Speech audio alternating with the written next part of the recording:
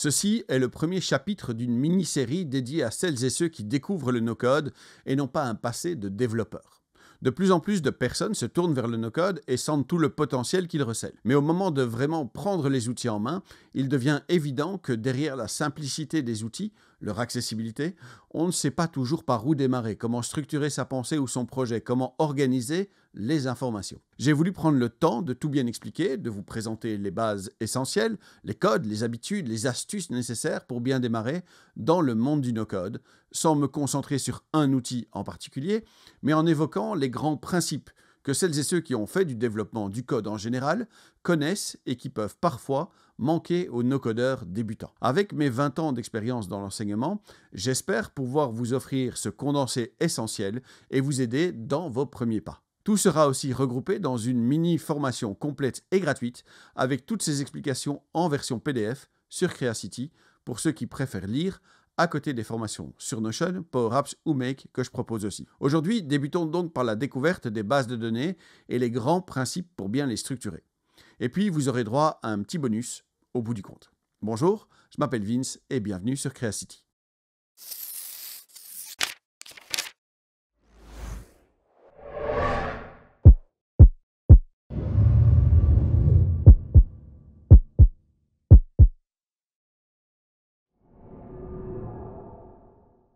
Avant qu'on ne s'y mette, ça me ferait plaisir que vous vous abonniez, que vous mettiez un petit pouce et que vous fassiez sonner la cloche.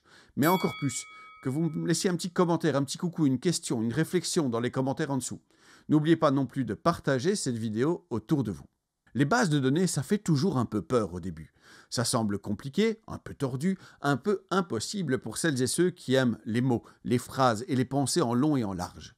Quand on fouille, quand on décortique la question de la plupart des gens que j'accompagne et que je forme, ou bien même les commentaires que je reçois par rapport aux vidéos que je fais sur YouTube, on se rend bien compte qu'ils tournent le plus souvent autour de la structure, de l'organisation des informations, et donc par voie de conséquence autour des bases de données. Ce n'est pas au départ un souci d'outils. Notion, Airtable, Coda, aucun d'entre eux ne sera la solution à votre manque d'efficacité, à vos informations explosées dans tous les coins, à vos notes tombées aux oubliettes si vous êtes en douleur au niveau de la structure, des bases de données. Vous n'avez peut-être pas besoin de choisir entre tel ou tel outil, mais d'apprendre des lignes directrices, des règles, un cadre. Quand vous aurez acquis ces principes, ces 3 principes, car chez nous évidemment tout va par 3, vous pourrez vous adapter à toute nouvelle app, tout nouveau service, tout nouvel outil. Abordons donc ces 3 principes essentiels des bases de données pour bien appréhender la philosophie qui les sous-tend, sans en faire tout un cinéma, ou plutôt si, justement, en faisant tout un cinéma, nous allons apprendre ensemble, calmement, par l'exemple, la manière de construire, de rendre utile, de respecter les principes, les usages, les impératifs des bases de données. Ça demande une certaine tournure d'esprit, une manière de réfléchir qui s'apprend, qui n'est pas toujours intuitive. Mais comme on va évoluer dans le monde du cinéma, on va pouvoir mettre tout ça en image. La donnée, c'est bien le plus précieux pour beaucoup d'activités, beaucoup de métiers. La plupart des outils no-code, des apps, des services utilisent une forme de base de données pour stocker les informations essentielles. Je veux vous aider à bien les comprendre, bien les utiliser, bien les structurer. Abordons donc les 3 principes essentiels qui soutiennent les bases de données. Principe numéro 1, abstraire. Sans plan, vous risquez de bâtir une base de données bancale. Listez les informations dont vous allez avoir besoin. Classez-les, regroupez-les, caractérisez-les au mieux, selon les besoins, selon la philosophie du produit que vous construisez. Miro, Lucidchart, un crayon et un papier même, peuvent vous aider à créer vos premières listes. L'essentiel du travail, la difficulté principale, cette habitude qu'il vous faut prendre parfois contre nature, c'est d'abstraire. Abstraire, c'est dégager une caractéristique commune à un ensemble de données. C'est caractériser, généraliser, prendre de la hauteur. C'est une manière de penser, de réfléchir, de structurer qui n'est pas forcément intuitive pour tout le monde. Mais même si ce n'est pas votre truc au départ, en respectant les principes, on peut toujours s'en sortir. Par exemple, je suis un fan de cinéma, mes amis le savent, j'adore regarder les bonus et savoir comment tout ça est construit. C'est un monde qui me fascine par la diversité des métiers artistiques ou intellectuels qui y sont liés. C'est donc dans ce monde que nous allons évoluer. Quel est le point commun entre Christopher Nolan, Steven Spielberg ou David Fincher ? Ce sont des réalisateurs de génie, certes, mais n'ont-ils rien de plus grand en commun ? Vous avez décidé de créer un service, une application, une sorte de wiki par exemple, sur le cinéma. Allez-vous créer un groupement, une liste qui ne contient que des réalisateurs ? Car si c'est votre intention, qu'allez-vous faire de Tarantino ? qui réalise évidemment, mais joue aussi dans certains films, est le scénariste dans d'autres, ou une combinaison de ces rôles. Réalisateur, acteur, scénariste, sur 3 listes différentes? Peut-on accepter d'avoir la même information présente à plusieurs endroits dans une base de données? La réponse à cette dernière question est non. Non, car stocker la même information à différents endroits, nous y reviendrons dans le 3e principe, c'est inefficace et dangereux. C'est là que l'abstraction est importante. Quel est le point commun entre tous? Nolan, Spielberg, Fincher, Tarantino, Clooney même. Ce sont des cinéastes. Mais Clooney, par exemple, est aussi engagé dans d'autres domaines. Si l'application, le service que vous créez est uniquement lié au cinéma, ok, cool. Une catégorie cinéaste est envisageable. Ce sera votre niveau d'abstraction, votre généralisation suffisante et nécessaire. Par contre, si votre service couvre d'autres domaines que les réalisateurs, acteurs ou scénaristes, cinéaste risque de ne pas être assez abstrait. Alors, quelles caractéristiques peut-on dégager pour généraliser encore plus si on veut ajouter les producteurs, les techniciens, les costumiers peut-être? Ce sont des gens, des personnes. On peut donc abstraire une table des personnes, plutôt que de créer des tables différentes par métier, par domaine. Il y a une limite à l'abstraction, cela dit. On peut mettre nos personnes dans la grande catégorie des vivants, au milieu des plantes et des animaux. Mais ce niveau d'abstraction n'est pas nécessaire dans notre projet. Restons-en donc aux personnes, dans le cadre qui nous occupe. On ne se limite donc pas spécialement aux réalisateurs, ni même éventuellement aux cinéastes, mais on peut aller jusqu'aux personnes sans avoir besoin d'aller éventuellement jusqu'aux vivants. C'est ça le niveau d'abstraction. Deuxième principe des bases de données, il faut les structurer. Une base de données est un grand ensemble de tables qui contiennent des données. Vous pouvez voir la base de données comme un meuble à tiroirs dans votre cuisine. Le meuble, c'est la base de données, les tiroirs, ce sont les tables. Oui, parce qu'on met des tables dans les tiroirs, c'est d'une logique implacable. C'est de loin la meilleure analogie de toute cette mini-formation. Merci pour vos applaudissements. 20 ans d'enseignement pour mettre des tables dans les tiroirs, c'est un bel exploit. Les données sont donc stockées dans des tables, composées de colonnes et de lignes. Chaque colonne accepte un format, un type de données spécifique, du texte, un nombre, une date, une liste de choix uniques ou multiples et bien d'autres. Chaque ligne a un identifiant unique, un ID, parfois aussi appelé primary key, visible ou non par l'utilisateur, mais indispensable pour que le système sache toujours retrouver ses petits dans la masse des données. Dans les outils no-code, cet ID est souvent caché. Dans Airtable, il faut utiliser une formule record ID pour le voir. Dans Notion, c'est la formule ID.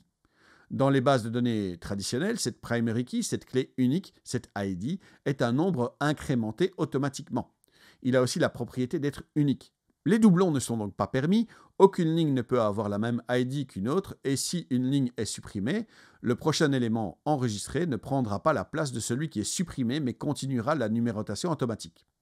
Prenons une table personne qui liste les réalisateurs dont nous parlions, comme Christopher Nolan, Steven Spielberg ou David Fincher. ID sera l'identifiant unique.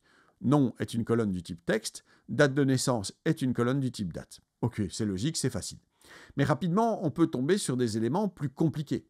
Le nombre de films, par exemple, que l'on notera nombre film en vertu des conventions de nommage que je vous expliquerai plus loin dans le petit bonus. On pourrait se dire qu'il s'agit d'une colonne de type nombre. Et oui, pourquoi pas? Cela pourrait être un nombre imputé à la main. Méliès ou Chaplin n'auront plus l'occasion de créer de nouveaux films. Ce pourrait donc être un nombre, une valeur imputée à la main en dur. Mais ce pourrait aussi être le résultat de la somme des films en relation avec cette ligne de la table personne dans une autre table, la table des films.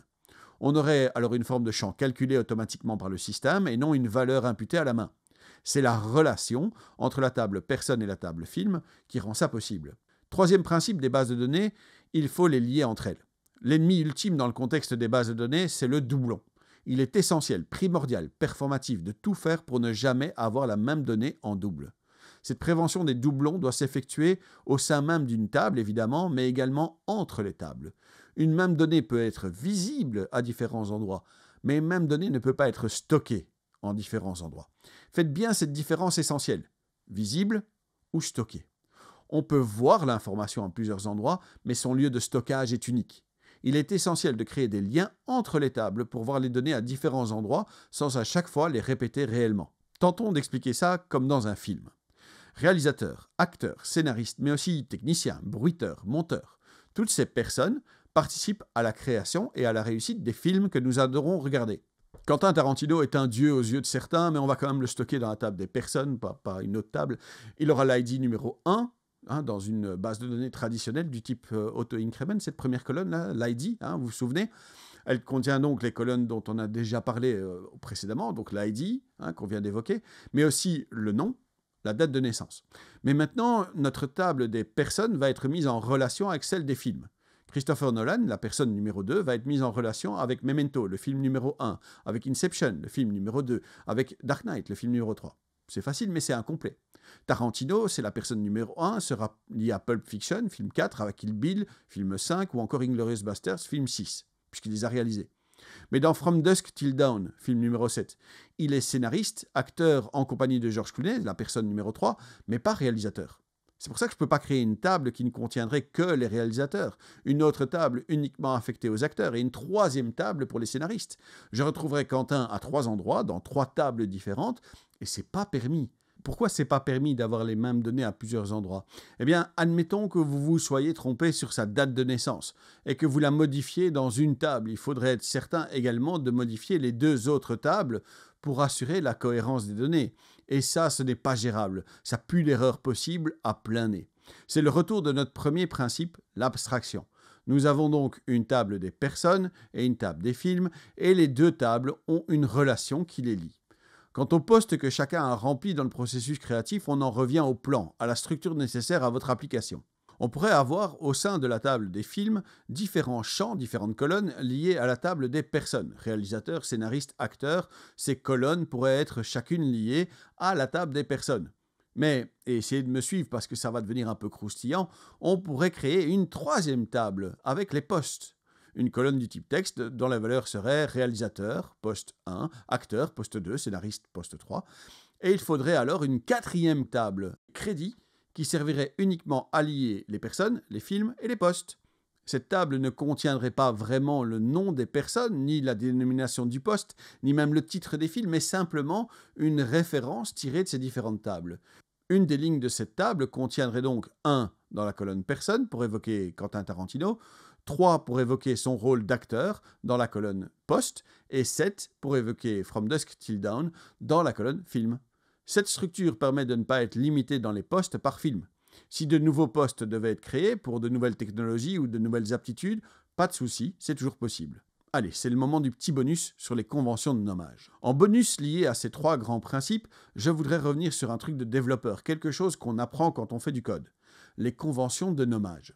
Ce sont des règles pour nommer ces bases de données, ces champs, ces variables. Ça a beau être un truc de codeur, même pour vous, ça peut être utile. Les conventions de nommage vous aideront à lire plus facilement vos données. Oui, encore une fois, je me rends compte de la puissance de mon propos.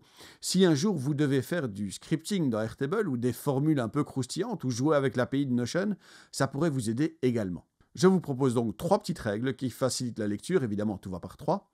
Pas d'espace, pas d'accent, pas d'article. L'informatique n'est pas fan ni des espaces ni des accents. Essayez de mettre un espace dans un champ d'une liste SharePoint, ça fait mal aux yeux quand on lit le nom du champ. Et les accents, c'est pas beaucoup mieux.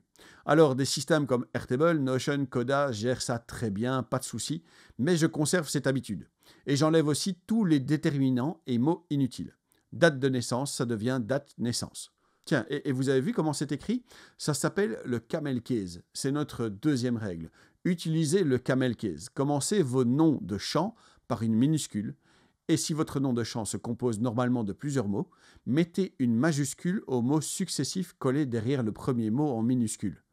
Pour le champ de la date de naissance, cela donnerait donc date, naissance, comme je vous l'ai déjà montré. Pour le temps cumulé des tâches d'un projet, ça pourrait donc donner cumul tâches, par exemple. 3e règle, les tables au pluriel, le champ au singulier. Tant que faire se peut, j'essaye d'avoir comme nom de la table un nom au pluriel et comme champ primaire ce même nom au singulier. Par exemple, movies est le nom de la table et movie est la dénomination du champ primaire, la première colonne. Vous voyez la logique. En français, ça ne fonctionne pas toujours cette histoire. Pays et pays, enfin, voyez le genre. C'est pour ce type de raison que je crée souvent mes bases de données en anglais. C'est une pratique qui se discute, j'en suis conscient et je ne rentrerai pas dans le débat anglais ou français. Pour moi, c'est une simple question d'efficacité.